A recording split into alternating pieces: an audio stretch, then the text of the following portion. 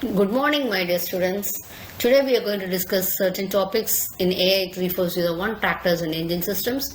Myself, Krishnavini from the Department of Agricultural Engineering. We have already discussed many topics till traction, efficiency, and everything else. We are going to relate certain topics, and also we are going to see how visibility is affecting a tractor's performance and everything else. Now we will see what is tractor chassis mechanics.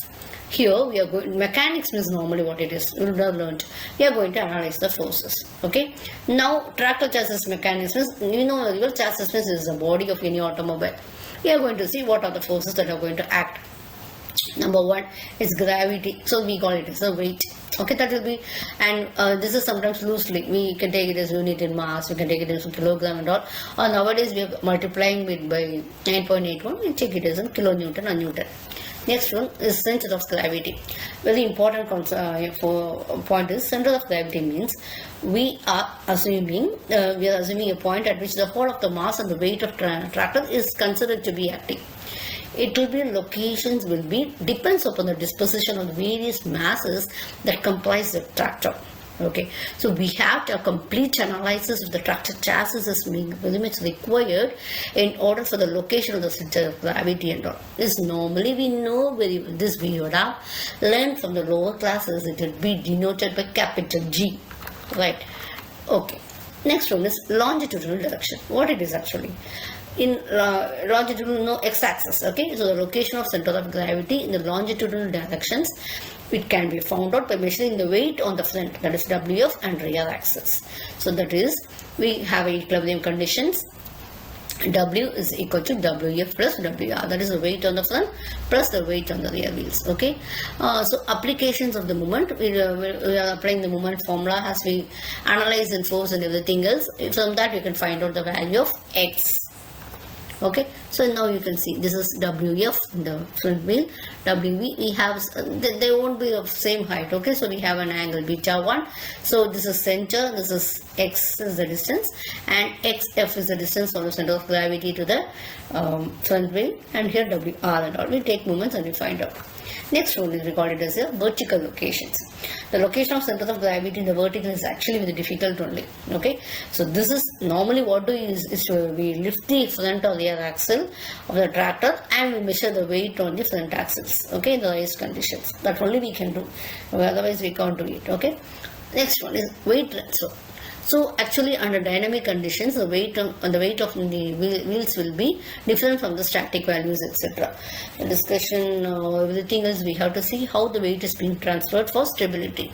Okay, it's actually how it occurs. It is a normal outcome of the action of the forces generated on the tractor chassis by the ground and also by the implement. Okay, so it occurs whenever and however the tractor is loaded, and some under no load conditions also some weight has to be transferred to the torque on the rear wheels and all. So this is very much required to propel the tractor against the loading. So whenever any surface is moving, you know very well, anything is rolling over here, rough surface will have a rolling friction. Okay, we just consider this tractor, it is not moving on a normal well built roads and all. So tractor, it has to operate on fields. Okay, it has to operate where we are having rocky soils. Okay, we may have a very dry soil, right? So it has to, so this weight is being transferred is used for propelling the tractor against the rolling resistance of all the wheels and all. And some instability occurs. Why instability occurs? What it is actually?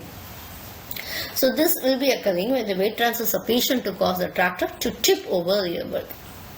Okay, so this is actually a very important case that has to be considered.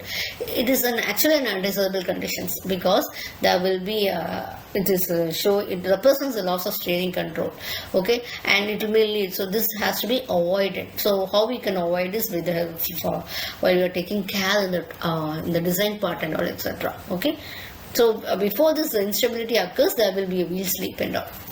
Next, nowadays, whatever factors, whatever design, whatever machines being operated, so they are being analyzed economically. Okay, so because as human beings, we know very well the human being is the most flexible resources that can be utilized by any organizations, right?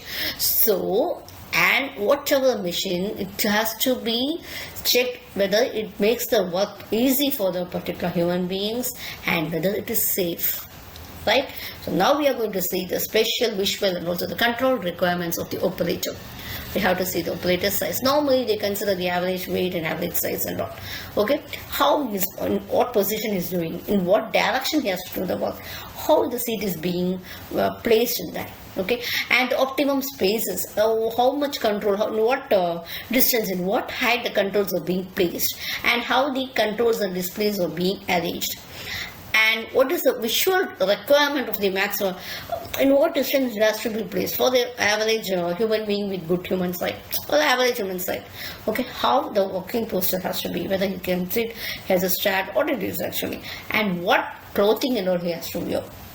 So these are the major factors that has to be considered.